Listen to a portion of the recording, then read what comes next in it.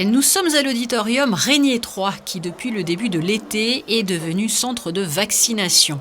Ici, plusieurs générations sont représentées, mais aussi plusieurs profils, car des personnes sont là pour une première injection du vaccin, plusieurs pour la deuxième, d'autres encore plus récemment pour une troisième.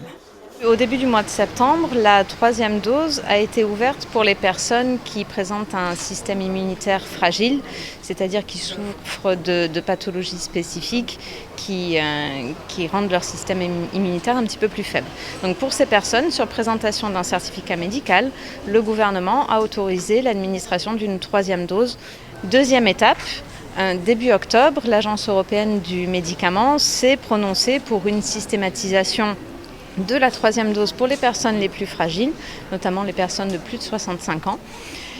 Et donc à la lumière de cet avis, après avoir réuni les scientifiques du Comité national de la vaccination, le gouvernement princier a décidé d'aller dans cette voie et d'ouvrir donc le principe de cette dose supplémentaire pour les personnes âgées de plus de 65 ans, mais aussi pour les professionnels de santé.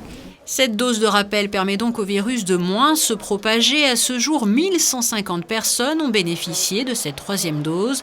Il faut dire qu'il a été constaté d'après des données médicales que la protection immunitaire diminue de manière plus marquée à partir du 6e mois sur les personnes de plus de 65 ans.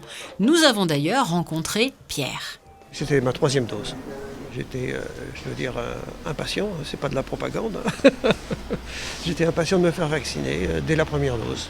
En l'absence de traitement, la vaccination, mais aussi le respect des gestes barrières. Je pense qu'il faut aussi largement insister sur la nécessité de respecter ces gestes barrières au quotidien. Ce sont les seuls moyens à notre disposition pour protéger la population, pour que chacun se protège les autres et pour que nous puissions envisager de poursuivre ce retour à une vie normale à laquelle tout le monde aspire.